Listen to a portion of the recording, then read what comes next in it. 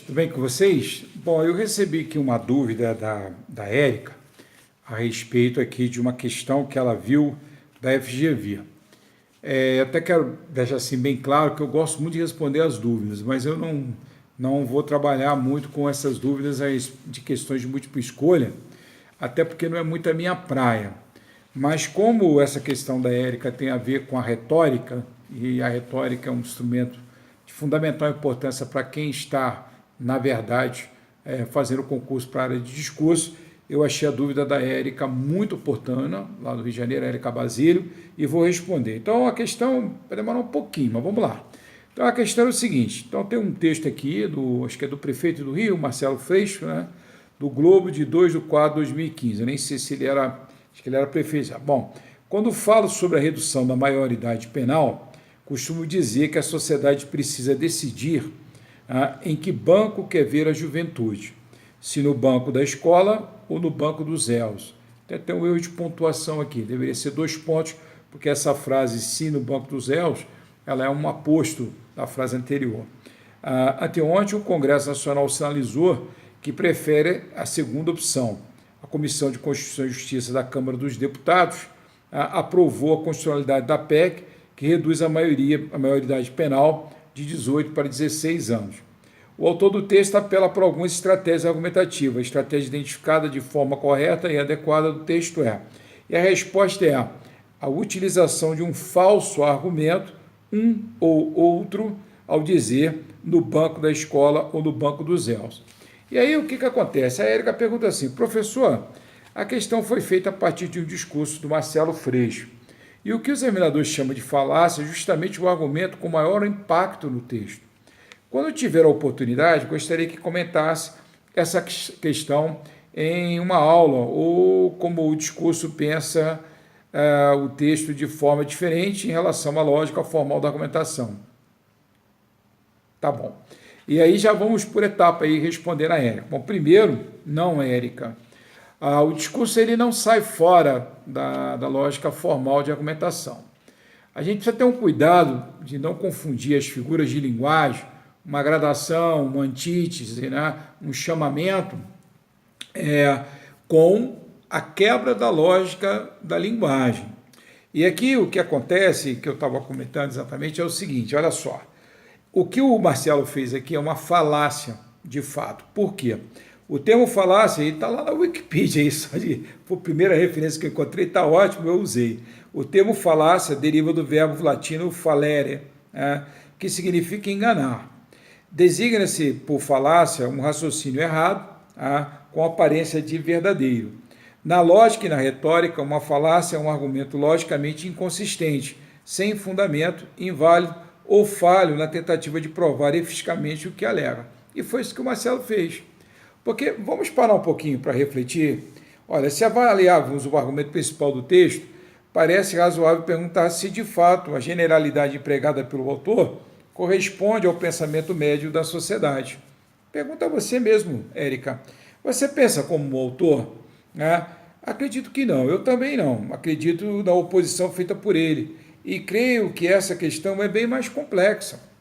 Lógico, é uma generalização típica de alguns políticos, que muitas vezes, na tentativa de angariar votos, dizem frases perfeitas do ponto de vista estético e emocional, mas que não resistem à reflexão mais profunda sobre o assunto.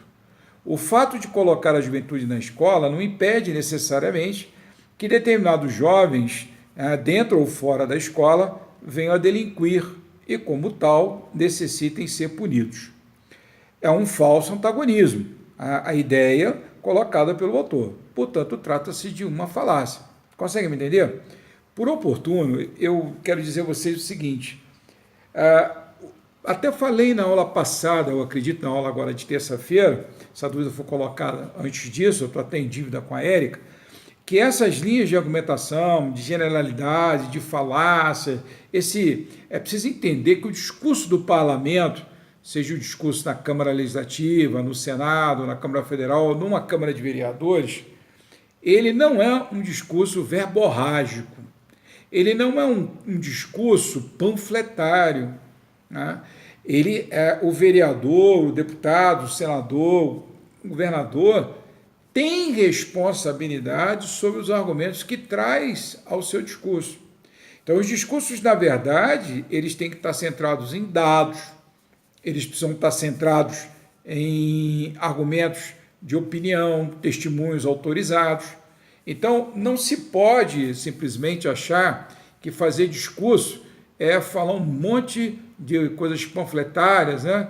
Como muitas vezes a gente, quando é mais jovem, acaba fazendo aí, né? Quem já participou muito de greve como eu, já correu muito de polícia na esplanada dos ministérios, a gente tem essas visões, né? E, inclusive, eu diria que nessa quadra da história brasileira que nós estamos vivendo, talvez o maior problema que eu veja seja exatamente o aprisionamento do raciocínio nessa esquerdopatia e direitopatia. Porque quando a gente entra nessa linha de argumentação maniqueísta, a gente perde exatamente o que há de mais interessante na retórica, o que há de mais interessante no debate, que é o argumento e o contra-argumento, né? Mas sem um pré-julgar do meu antagonista, né? Quer dizer, eu até acho que comentei já algumas vezes ao longo do curso, você certamente vai ver em outras intervenções, que, por exemplo, se você pegar uma sessão em que se discutia o Código Florestal, você vai ver argumentos do pessoal da área ruralista tão fortes e legítimos quanto os argumentos do pessoal da área ambientalista, né? E também vale a pena ler aquele trechinho do meu livro, sobre discursos parlamentares, que eu vou, grosso modo, aqui fazer uma referência, é o Mário Covas, quando ele diz que o que credenciava ele a defender a sua própria ideia era saber da existência de outras ideias contrárias a deles, mas também legitimamente colocadas. E isso é um problema sério no Brasil de hoje. Lamentavelmente, a gente está evoluindo para um antagonismo que, inclusive, eu li recentemente um texto agora, se eu não me engano,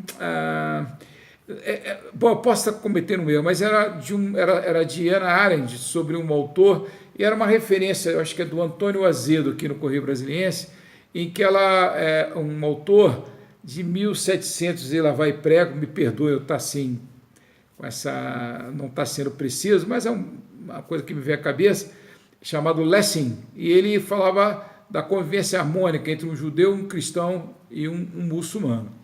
O raciocínio maniqueísta, a princípio, ele é mais fácil de ser entendido, mas tenho certeza que é dos piores que a gente pode pensar. Esse antagonismo que se criou no Brasil está levando a que a gente perca, de fato, a humanidade, e a humanidade no sentido de reconhecer no opositor uma figura tão humana quanto a de quem está do lado de cá, o interlocutor, quer dizer, o emissor e o receptor como seres humanos, como pessoas que, de fato, têm as suas concepções, podem divergir, mas são seres humanos e, como tal, merecem respeito. Um grande abraço, uma boa noite, espero que aproveitem esse vídeo, é sempre bom conversar com vocês.